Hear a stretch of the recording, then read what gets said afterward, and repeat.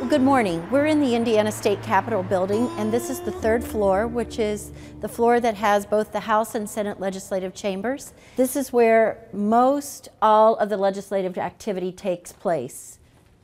What should the world know about Mike Pence?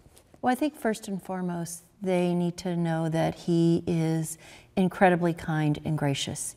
Even when folks disagree on policy issues, you're not going to find someone who really treats you with dignity and respect more than he does.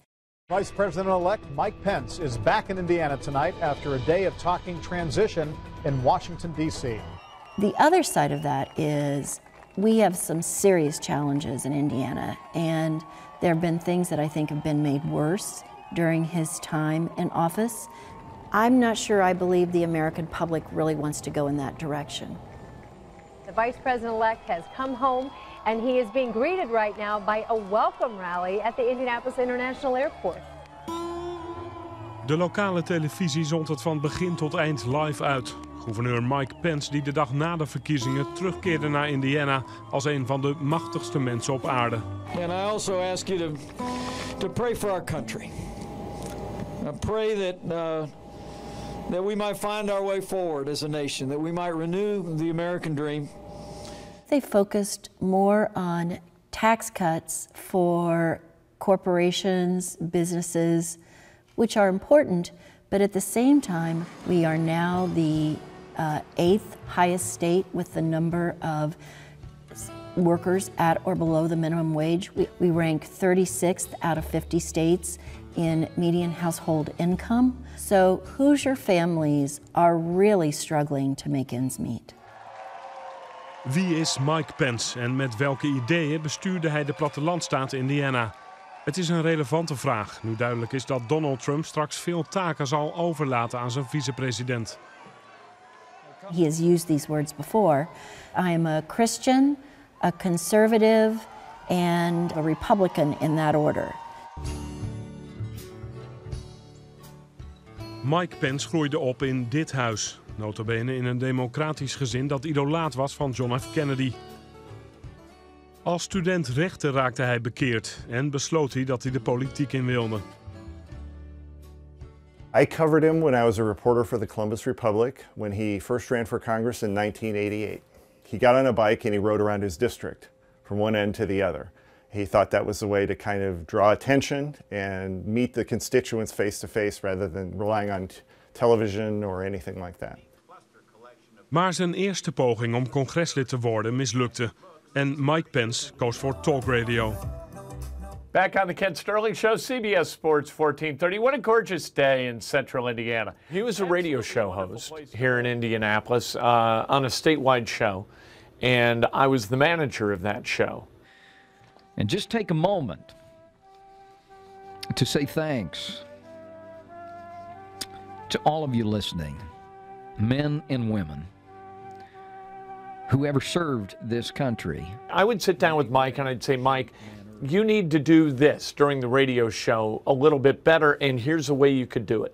He would do it exactly that way the first time and then every time. He will follow a set script of what he needs to say, and he will stick with it. And any attempt to deviate from that will be met with the same script over and over and over again. He doesn't go off message very much, and it gets frustrating for a lot of reporters to try and talk to him because he'll never change. Getalenteerd en gedisciplineerd. De Republikeinen in Washington konden dat goed gebruiken. En Mike Pence werd in 2001 wel gekozen tot congreslid. Hij bleef 12 jaar tijdens de Bush-regering en de eerste termijn van Obama. En viel al snel op als een uitgesproken sociaal conservatief. Do you believe in evolution, sir? I believe in evolution? I embrace the view that God created the heavens and the earth and the seas and all that's in them. Right, and, but you believe in evolution as a way he did it. The means, Chris, that he used to do that, I can't say. Binnen zijn partij gold Pence als betrouwbaar en loyaal.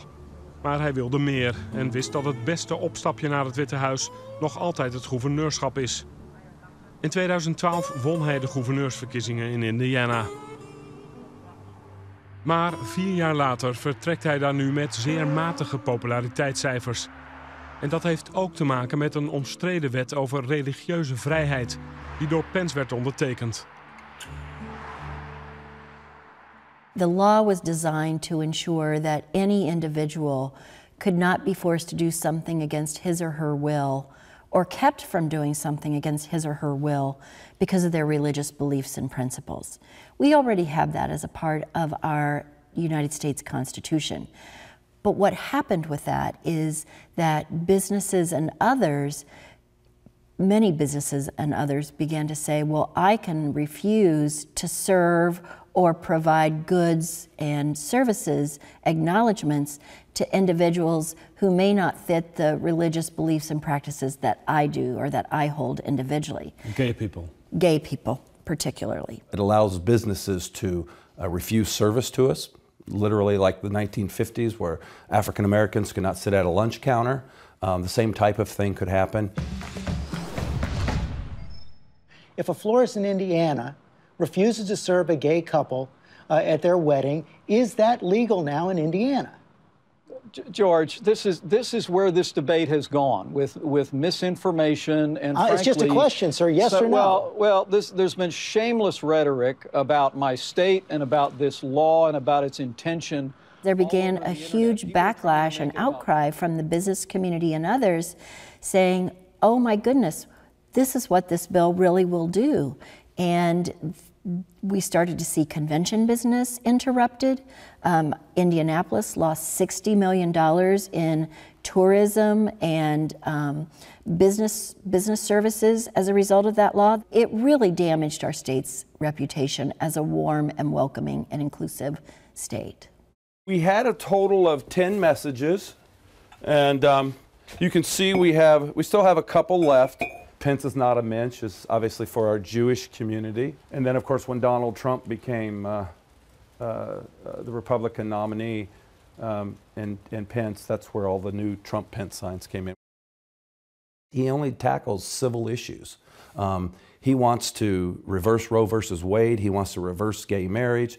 He's just anti-civil liberties, and that's all he focuses on. That's the scary part. If he was a little more balanced, I understand the difference between pro-choice and pro-life. I understand the difference between gay marriage or pro-gay marriage and anti-gay marriage.